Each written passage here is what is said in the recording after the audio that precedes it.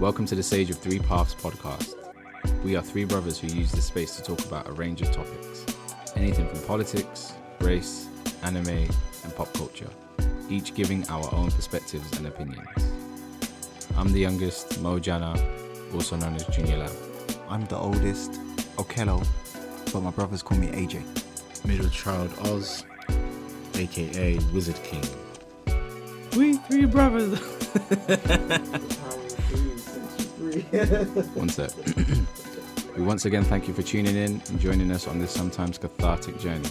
Let's dive right in. I would say in African culture in particular, now mental health is almost, perhaps it's changing a little bit now, but it's almost taboo, where if someone was to have a serious mental illness, say this is in Africa, Sierra Leone, we'll keep narrowing it down, Freetown, and there's the local crazy guy who drinks, who does drugs and acts all kind of ways up and down the high street. They would just say, oh, this guy's crazy. But really, if you sat him down or had someone to do an assessment, you'd think, okay, this guy is on some sort of spectrum, or he needs aid from some direction, because just leaving him out there to do his own thing is dangerous as hell.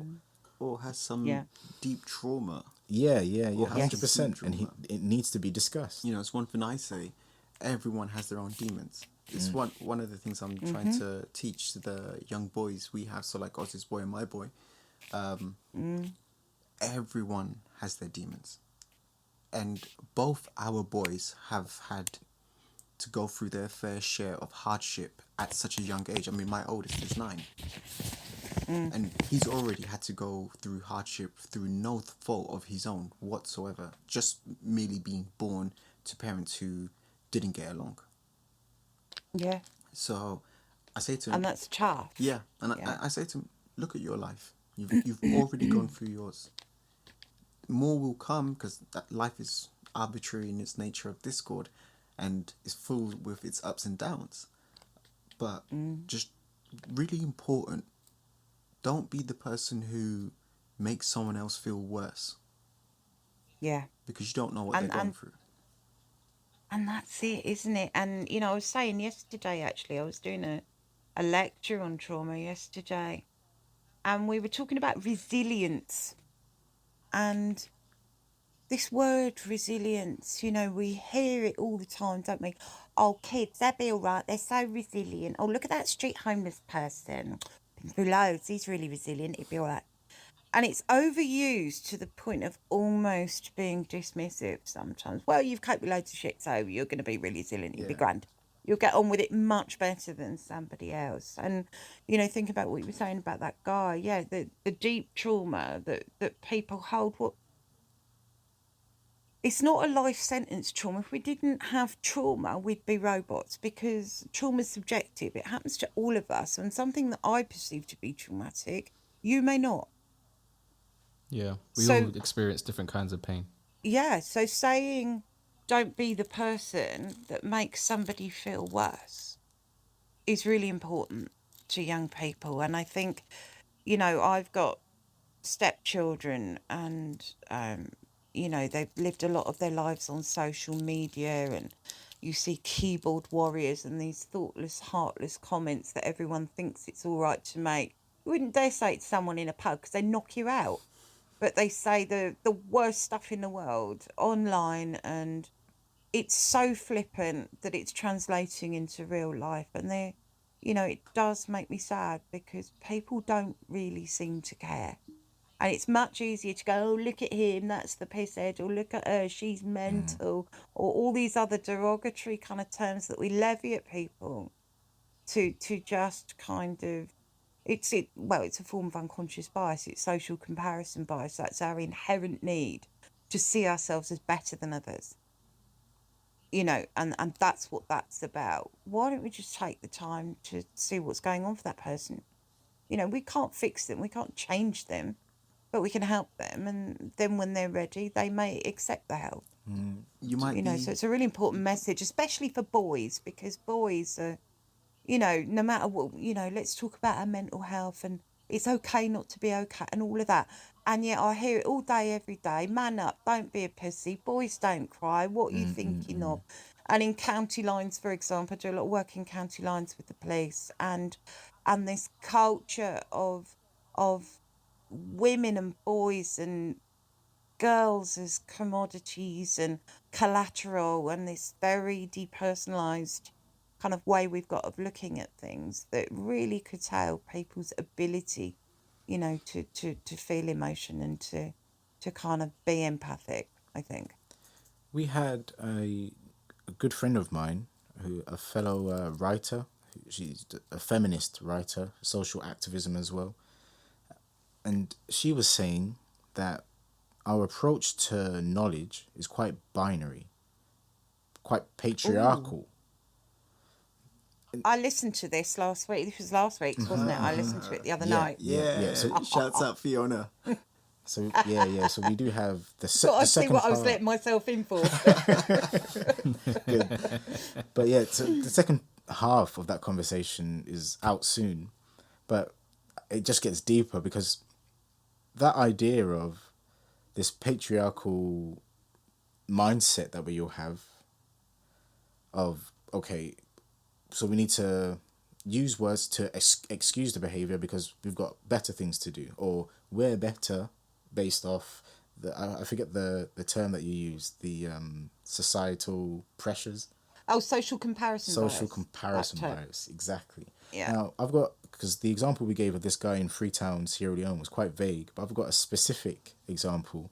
There was this guy in Barcelona when I was in Spain, and I would often see him. I moved around a fair bit, but when I was living in the center of the city, in basically like the inner city, quite rough, there was this one homeless guy who was always on a bike, but he had no shoes, no socks, and the bike tires had no treads on them. It was just the metal rims that he was going with. And he would go up and down, and I would see him, like, I would say 10 kilometers by the beach or something, or in just like near the flats area. And this one time I saw him outside of McDonald's, well, sleeping next to a bank, because that's what quite a few homeless people do in Barcelona. They go to the various banks and sleep inside where it's as warm as possible. Yeah. But this one time I saw him sleeping outside because there's no space inside. And I had just finished the night shift. I'm heading home. I'm just like, oh, man, let me buy you something to eat. So we went to the McDonald's, which is literally next door. I bought him something, and he didn't say a single word, not even a thank you. Now, for me, that's not the issue. I was happy to just do this thing for him. But as he was going away, I was like, damn, like, I kind of want to have a conversation with him to figure out his story. How did you end up here? Exactly. His story. How did you get here? How on earth did it get to the point where a random guy from London is here buying you some sustenance, and God knows if you've eaten? Where's your shoes? Yeah. Why does the bike not have any treads on? And why is no one else freaking out about this? Why am I the only one thinking like this is broken? This whole situation is broken. Yeah, shocking, really. Yeah. But what's interesting there is the amount of times you said why. Yeah. Hey, your There's the favorite word. empath. There you go. Kindred spirits. Because it's that, isn't it? It's, and I don't know, and I've always had this thing about levels of thinking, and it was very banal and basic when I was a teenager, but I always used to, with people that I interact with, try to decide what level they thought at, because we've got people that think up to about level 3, which is about where I am in the world, where the people closest to me are, what's going on in my backyard, for example, and don't really think too much about anything else. Then the 5s or the 6 who may be aware that things aren't the same absolutely everywhere, but because it's not affecting them, they're not too bothered about it, and they'll talk about it if pushed. And then people that think further than that ask the why, and I was one of the people that always asked the why, because it is that we get the end result, the behaviour, the presentation, whatever it is, and that's always the interest for me is why? How did you end up here? What happened? What was it that took you off down this path? You know, and just listening to you talk there, it's that why, isn't it? And I don't think enough people ask why. They just go, well, it is what it is. And yeah, I'll donate to the RSPCA and save the children once a month, and I don't really care where that donation goes, but I've done my bit. And there's no why. It's almost like we assuage ourselves, don't we, by throwing money in a chugger's tin on the high street on a Saturday, and all right, that's my bit. I don't need You to don't think have to too think deeply about about it. Do you know now. the clapping for the NHS? Oh, I'm not sure yeah. what your views are, but when you take a step back and you look at the whole picture, and it's like, okay, we're clapping for them. A lot of them are in incredible situations because of COVID, and they're really, really putting in the work for the country, the society, all over the country. And now you hear that they're not going to get an increase, or the increase is incredibly, it's a Yeah. joke. It's like the increase in wage. Increase in wage, yes. But also, further along, well, I heard today, it was on the radio, they were saying how quite a lot of medical staff have long-term COVID issues. Yep. And because they've got these long-term COVID issues, they can't work, and they're getting to the end of their sick pay. So they're going to be left in situations where they won't be getting money whatsoever, or any change support. their whole career path based off something completely out of their control, from being a doctor or an assistant, whatever, to doing digital marketing or coding or something like that. Yep. That's not to knock them, but that's Absolutely. quite a segue from something that's completely out of your control. And Of course. the people in power who could make a change for them said, we should clap for them. I mean, It's crazy. it's so my friend is quite heavily involved. I'm hoping to become involved at some stage, but she's very heavily involved in setting up trauma hubs for the NHS staff that have worked in ICU throughout the whole of the pandemic because of the PTSD, basically, that people are, you know, suffering from. I'm hoping to do some work with her around that. But this whole, well, first of all, I just want to say, clap for the NHS made me really angry because we had all sorts of people that were keeping the country going. The bin men, the cleaners, the domestics, the porters, the support workers, the frontline workers, the hotel staff who were, you know, 1 minute checking Mr. Businessman in and out, and the next minute had their hotels full of people drinking a hand wash and nicking the cleaner's shoes, and very complex behaviours all over the place. And I felt really angry on their behalf because I think they were the unsung heroes, first of all. The elements of it that I liked were the sense of, because I got stuck in the UK for the first lockdown. I couldn't come home for 6 months, which was awful, really. And I've also got an autoimmune disorder and fibromyalgia and asthma. So I'm registered disabled. And of course, it was like, oh, you're going to die if you go outside the door. So that was really hard because I was clinically vulnerable. So I was shielding. That went well. I got COVID in January anyway. But I remember the sense of community where everybody was out, you know, doing their bit, and everybody was getting really emotional. And I just thought, how do the NHS staff feel? How do they feel about this? Because nothing's changed for them. They're absolutely, I mean, it was like a war. It was like the equivalent of the trenches in the First World War for some people. They've got no increase in pay. As you say, they're coming to the end of their sick pay. And it was just another token gesture as far as I was concerned when we, you know, spent a year clapping for them and going on about, you know, the backbone of the country, how much we all appreciate them, except for we won't give them a pay rise and we won't, you know, do this, that and the other. And I know somebody very senior in the NHS who still hasn't told her employers that she's got bipolar disorder because she feels she'll be discriminated against. Oh, wow. That's the NHS. Whoa. So, That's terrible. you know, the NHS, unfortunately, has got managers managing managers who manage managers, and the frontline staff, you know, are paid in shirt buttons, essentially. Yeah, that sounds like every other big business. Managers managing managers, managed by Did you managers. practice that beforehand, or was that just after? No, I'm Irish. I can babble incessantly for hours. I'm Irish.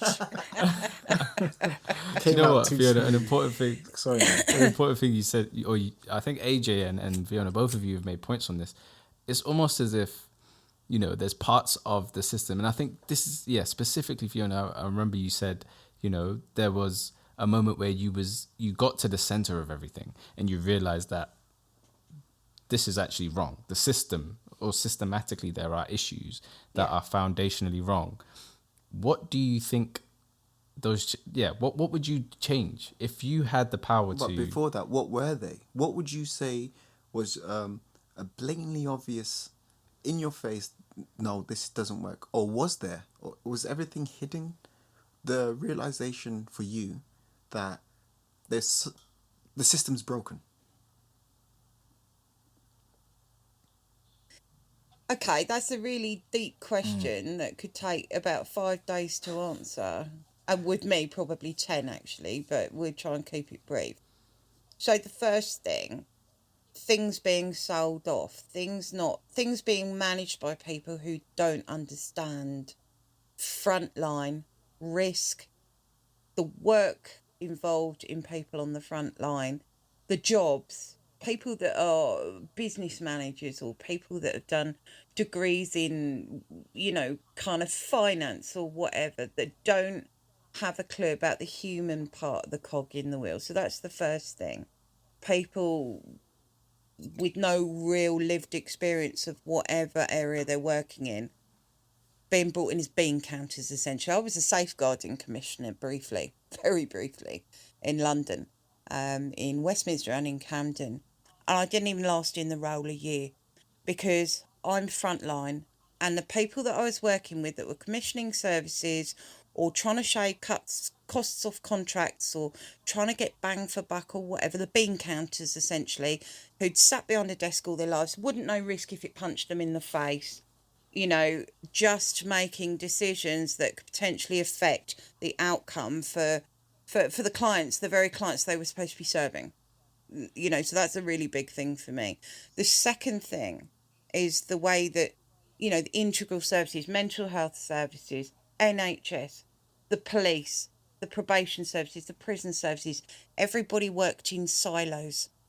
Even though we like to cheer about joined up working and, you know, teams around people to give them the best, that was a load of old tosh.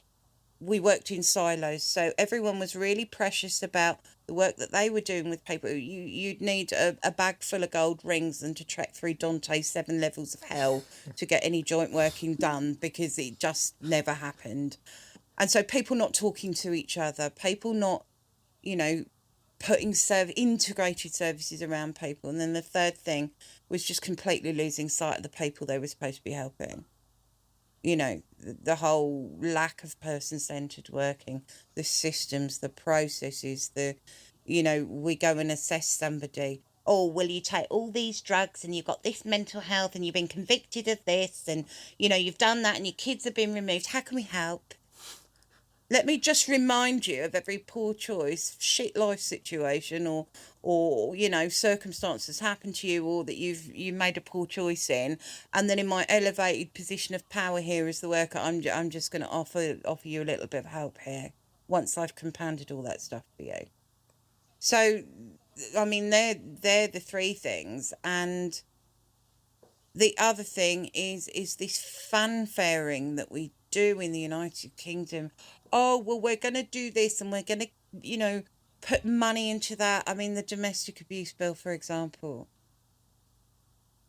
The recommendations that they've had from us at Women's Aid, for example, the recommendations they've had from survivors, both male, female, LGBTQ, non-binary, the whole client groups, the government had just gone, oh yes, well that's lovely, but we're doing this.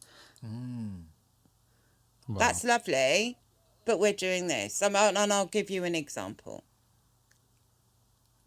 We want to make refugees gender inclusive now. So we're giving funding. When I say we, I don't mean Women's Aid, I mean the government. We're giving funding to organisations that say they're going to put male staff as well as female staff into a specialist women's refuge in order to be gender inclusive. Wow. Yeah, that's kind not of the right way head to do it, is it? So in order to, tick our equality and diversity boxes, we're not being equal or diverse to the people in the specialist service that may have experienced severe trauma. If it's a specialist women's service, usually at the hands of men. And then in order to tick our box at central government level to go, yeah, we're really equal and diverse in this country, we're not looking at the impact that's going to have on the women because we want to tick a box. And this is happening. Women's Aid nationally have lost a couple of contracts to organisations that say in order to be gender inclusive, we're going to make the refugees with male workers as well as female workers. So I'm going to ask the stupid question. What's the... There's no stupid questions. Well, I'm going to play devil's advocate here. What's the problem Okay. with having male staff in these places? What do you think? No, I'm playing devil's advocate here. I'm playing devil's advocate. I'll throw an answer. The devil just met another I'll throw devil. an answer into that. Well, these women have suffered trauma.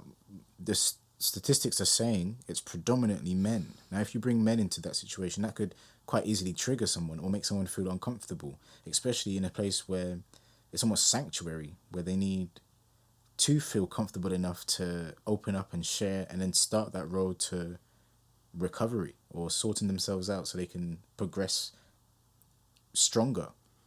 So while continuing to play devil's advocate, there's a two-part rebuttal there. The first one is the men will be trained professionals who would know how to promote a healthy environment for these women to feel comfortable and come out and say what they want to say. And secondly, you're not going to protect these women from all men all the time. There's men everywhere around them. So if you can get them accustomed to having decent men around them, then what's the problem with that? Perhaps, obviously, Fiona, come in whenever you want, but I feel like And again, I'm just playing devil's advocate. He's drowning. You do it so well. Well, would you have preferred if I just bullshitted a bit and made it something fluffy? No, Yeah. I welcome the challenge.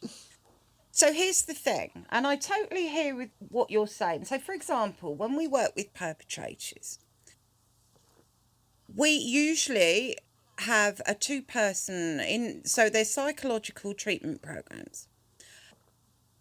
When we have facilitators in those groups, we usually have a man and a woman. So the first thing is, the reason the woman's there is so that a man is not put into a position of inadvertently and unconsciously colluding with the offenders against women. Then the man is there to make sure that the woman isn't unfairly treated or discriminated or kind of being put in a position by the male offenders, if that makes sense. So strictly, in Home Office accreditation, which we all have to do in order to facilitate those programs, them was the rules, lad. However, when the community rehabilitation centres came in and we sold all of that lot off, so low-level offenders were managed by the privately owned CRCs, and the more serious offenders managed by the National Probation Service, staff shortages, staff cuts. So that didn't happen. So the message was diluted. But going back to what you're talking about within the refuge. So I hear you. I hear what you're saying. Men are trained professionals.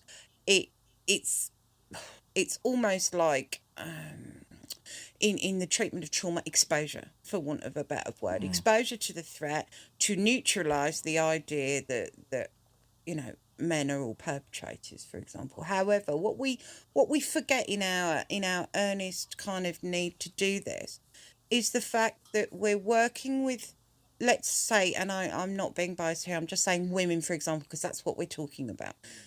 Women that may have come from a very dysfunctional childhood, women that have suffered abuse already, women that may be in relationship 2 or 3 that is abusive.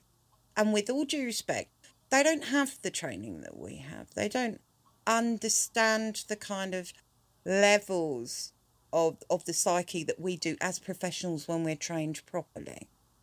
Then we've got the other thing, because yes, on the surface, and if you're a reasonably intelligent woman with capacity, clearly you know that not all men are perpetrators. However, we have something called affinity bias, or like us bias and contrast bias, and that's an unconscious thing. So although I might be in a refuge and I might be very highly intelligent, I might even be in the same profession as you, I've just fled domestic abuse, even though I know rationally that you are no threat and that you're a trained professional, you might move in a certain way, sound a certain way, do something, have a physical appearance of someone that looks just like my abuser. And that's something we can't control. So my intrinsic reaction to you will always be unsafe. I'll always feel fear. And there's nothing you can do about that. Not a great deal I can do about it either. Welcome to the Sage of Three Paths podcast. We are 3 brothers who use this space to talk about a range of topics. Anything from politics, race, anime, and pop culture. Each giving our own perspectives and opinions. I'm the youngest, Mo Jana, also known as Junior Lamb. I'm the oldest, Okello, but my brothers call me AJ. Middle child Oz, aka Wizard King. Affinity bias, is that what you call So it? affinity bias is where we relate to some people better than others. So for example, I might have an affinity bias with you, Mo, because you look like my brother or you sound like my brother. So I might give you more preferable treatment than I would to Oz, who doesn't look or sound like my brother. The contrast effect is that in reverse. So where the affinity, where the reminding us of somebody or sounding or looking or representing has a negative impact on us. Does that make sense? Almost as if wearing a do-rag and not wanting to wear it because the experience you had when you wore it was a negative one. So because of that, you then want to behave, or you don't feel comfortable if you're in a room or if you're in a call, a Zoom call with someone who maybe has affinity to that Very similar. person. Yeah. Yeah. So for example, and again, you know, if I was mugged by a black man wearing a do-rag, or I was in a relationship with a black man who always wore a do-rag, who was very, very abusive to me, I went into a refuge and my key worker was a black man with a do-rag, nicest bloke in the world, professionally trained, all the rest of it. I couldn't overcome that in my state of trauma. When I was stronger, when I'd had time to recover and have some therapy and do my own discrepancy developing and find my place in the world again, I might be more able to cope with that.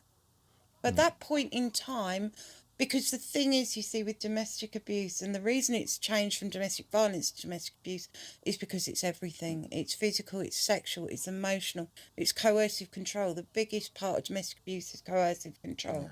Gaslighting, making you think someone's mad. Economic abuse, you know, withholding people's right to a normal life. And when I've been broken down to the point, and again, the way this country treats our survivors, male and female, you know, the perpetrator gets a domestic abuse notice put on them while the case is coming to court. It's the survivor that's got to leave their home, take their children with them, go into refuge, leave their area, you know, leave everything in the house if they can't manage to move it all, assumes all responsibility for the children, is held to account for the children's trauma as well. And then you chuck in somebody who looks like my abuser on top of that in a place where I want to feel safe. It's going to be impossible. Game over. Oh, you just killed the devil. You just shot. You travelled I like Dante's him. I don't want to kill him. 7 hells. You travelled through Dante's 7 hells. Found the devil. Took you out your rifle.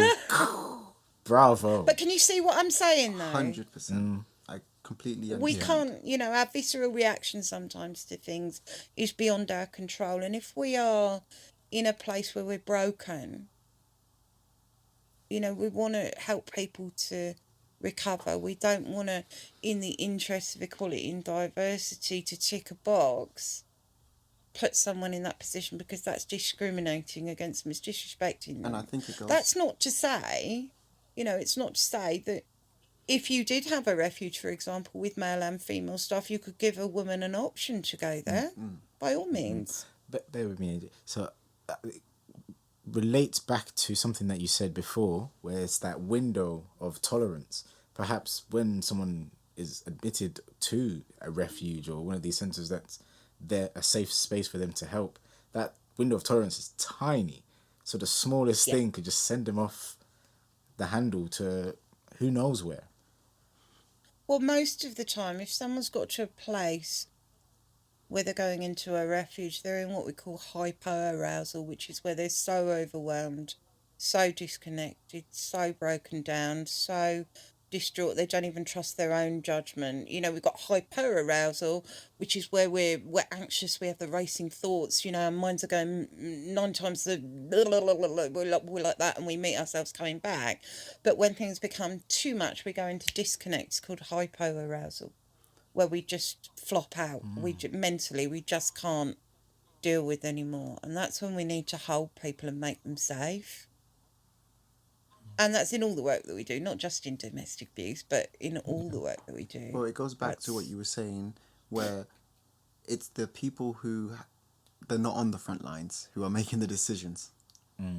Yeah. It's a perfect example Yeah. of that. No lived experience whatsoever. I was talking to somebody a little while ago, and I had a meeting with her. They've got 800 staff in their organisation. She said, okay, so 400 of them are women. How many of them do you think will have experienced or are experiencing domestic abuse? This is staff, mind. And you know, again, for the argument's sake, she asked the gender-based question. And I said, well, my stats tell me pre-COVID 1 in 4. During COVID, that comes down to 1 in 2.8 staff. Wow. And she nearly fell off her chair. Oh my God. She couldn't believe it. That's what my stats tell me. And I don't mean to be dismissive about survivors' experiences by referring to them as stats. That's not what I'm doing here, because, you know, that'd be the last thing I want to come across as sounding like. But that's what this is: things that are reported, or people are cautioned for, or people are arrested for, or people are convicted for. Jess Phillips stood in the Houses of Parliament on the 11th of March. She's the shadow domestic abuse minister. And it took her I like 5.5 Jess Phillips. minutes. Shout out to Jess Phillips. She's epic. From Birmingham. Epic. She stood there and recited the names of 118 women and their children that were killed just in a year in lockdown, because it went off the charts. Wow. So,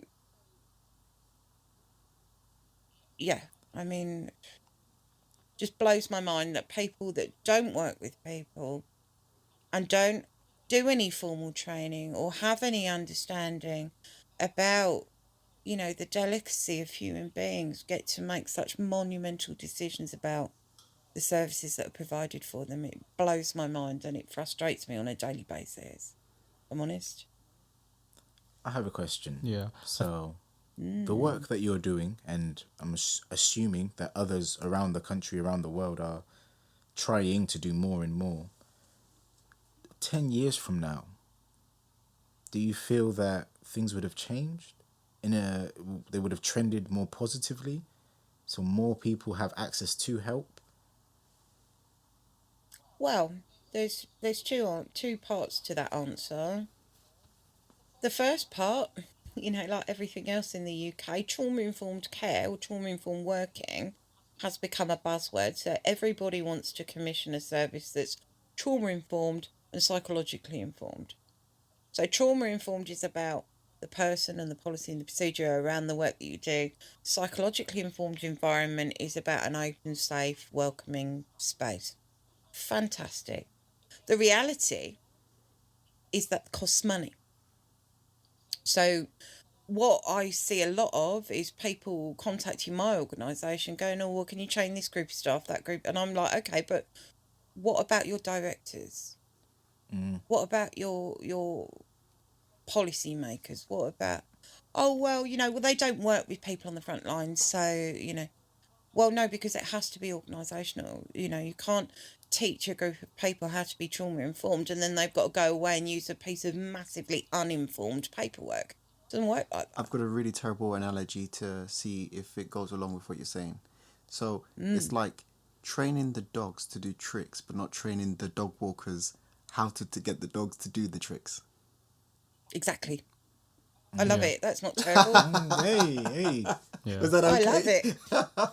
Yeah. Yeah, I actually have a like it. friend, and him and his father run a business, and it is I think it started off as a charitable business, and I'll get the name and hopefully add this to the Whoops, to sorry. the description, so it's all right, and add this to the description so we can I guess people can reach out. But yeah, what they aim to do is going for management in businesses and basically teaching them racial bias training.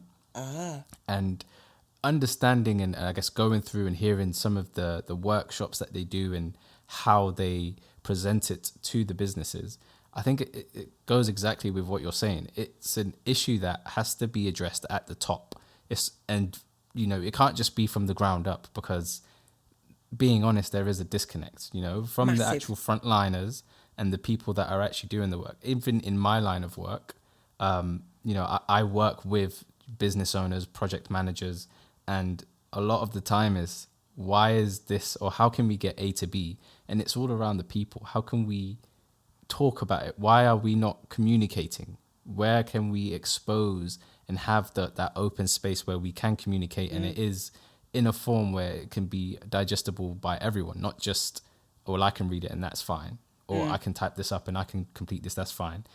It's creating that safe space. And I completely agree with the fact that, maybe in 10 years we need to, or maybe now actually, in fact, not even maybe, we should. We should, and it should have been happening. But it has to be on all levels, not just, okay, my staff are going to get this training. You need to be a part of that as well. So if you're a business owner and you're listening, make sure you're going on some of these trainings and fund it. I think if the money's needed, put the money there. And if you are a business owner, Absolutely. please sponsor our podcast, because we're trying to keep a roof Shameless over our plug. heads, food in our bellies. No, I couldn't agree more. And I think in 10 years' time, my hope would be, especially in our sector, especially in health and social care, that people are more trauma informed, that people understand that, this isn't bad behaviour or horrible people or disrespectful clients or whatever. These are people that perhaps haven't got the same coping mechanisms as us or have taken different paths, and they deserve to be, it's strength-based practice, isn't it? They deserve to be met where they're at and look at the stuff that's got them to where they're at, and then be supported to think about whether they want to change anything. We talk about money. For me, this isn't rocket science. We spend hundreds of thousands of pounds on training people in fire safety, health and safety. This is psychological health and safety. And it's the only way to work with people. Yeah. Because you can have the best computer in the world, the best motherboard, the best chip, whatever it is, you chuck a human being in, usually me, but bang, because no one is the same. But there are things we can do to give people more autonomy. Too much over years and years, people have had their natural autonomy kind of squashed out of them. And if you're in mental health services or you've been to prison or wherever, your autonomy is removed.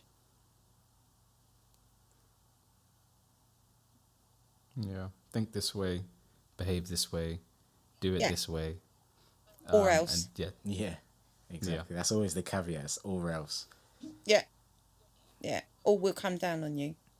And, Eric Byrne, who is the founder of transactional analysis, he talks about our functional ego states. And at the top, we've got parent, then in the middle we've got adult, and then at the bottom we've got child. And on the parent you've got nurturing and critical. So the nurturing is where we overdo and helicopter people and overcompensate, and we keep people stuck if we work with them in that way. But the punitive stuff, you do it this way, think this way, say it this way, or else. That's very critical parent, and more often than not we'll all go into the rebel child, whatever, not listening, blah blah blah blah blah. And why people can't see this is absolutely beyond me. But then I spend too much time. But that's the thing, thinking. because you do spend too much time thinking, in the career you have, there are certain things which are obvious to you, and there's a saying which it was told to me many years ago, but I'm only really starting to understand it as an adult. It's the answer's only obvious once you know it. Now, for a personal experience, for me, was in that training I had with you.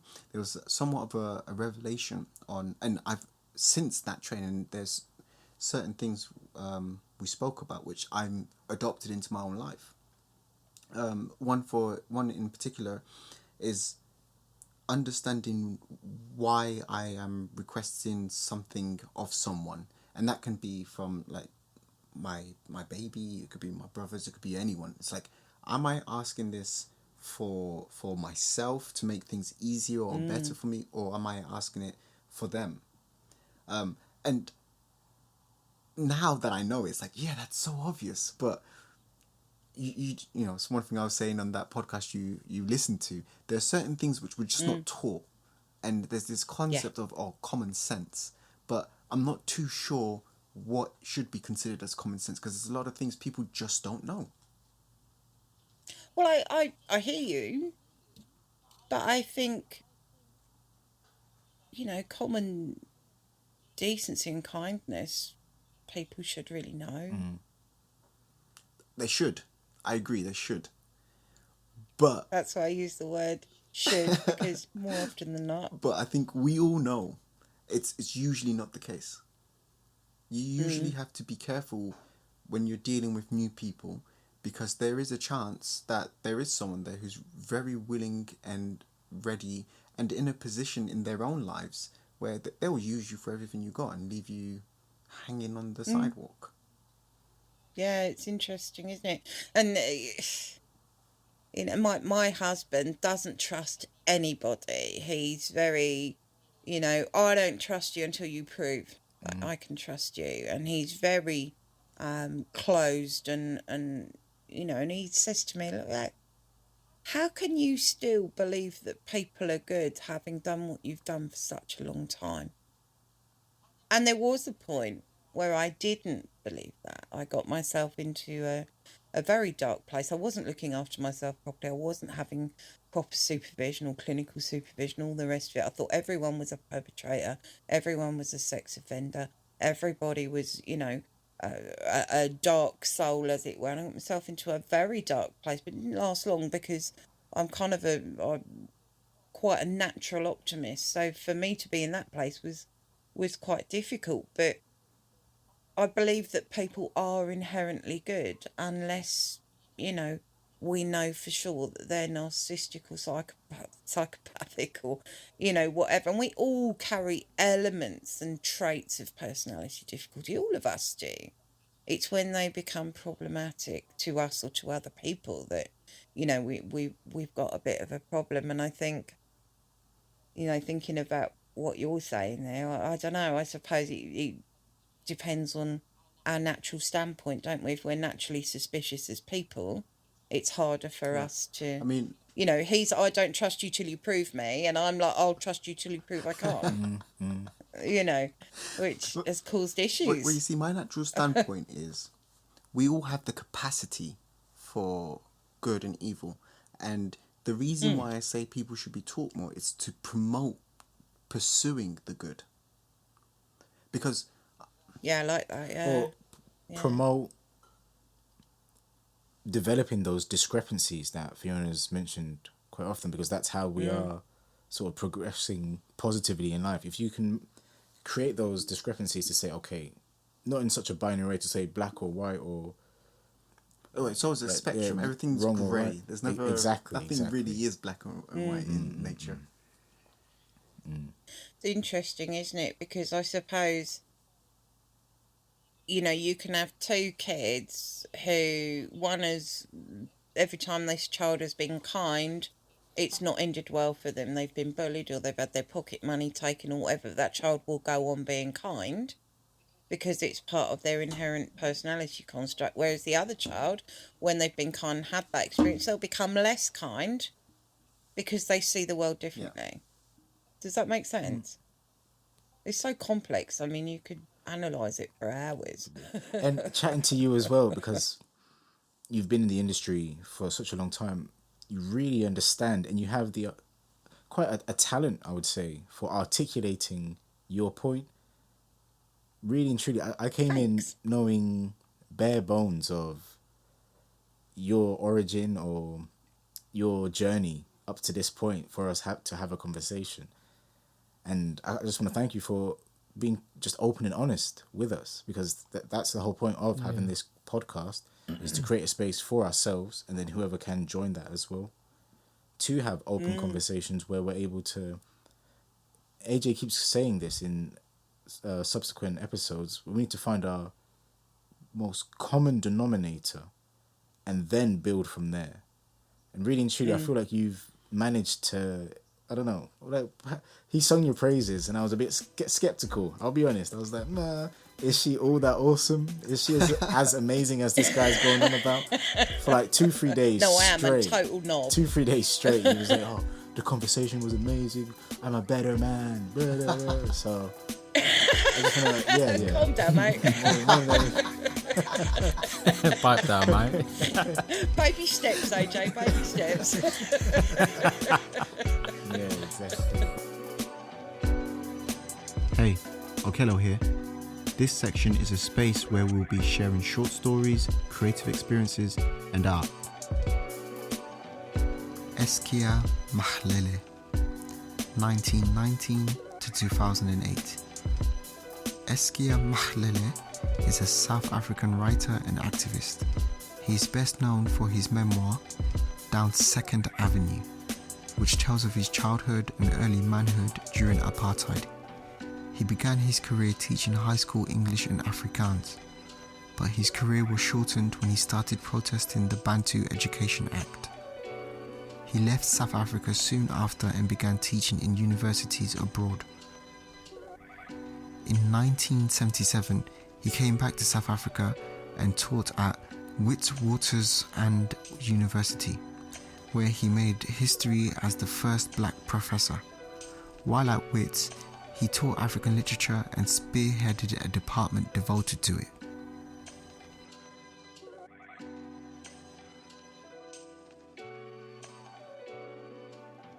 With calmness and stillness, it comes to an end. We hope you found some gems and go away richer in soul and spirit. We're showing you the 3 paths of the sage. Your path is your own. Which path do you follow? Until next time.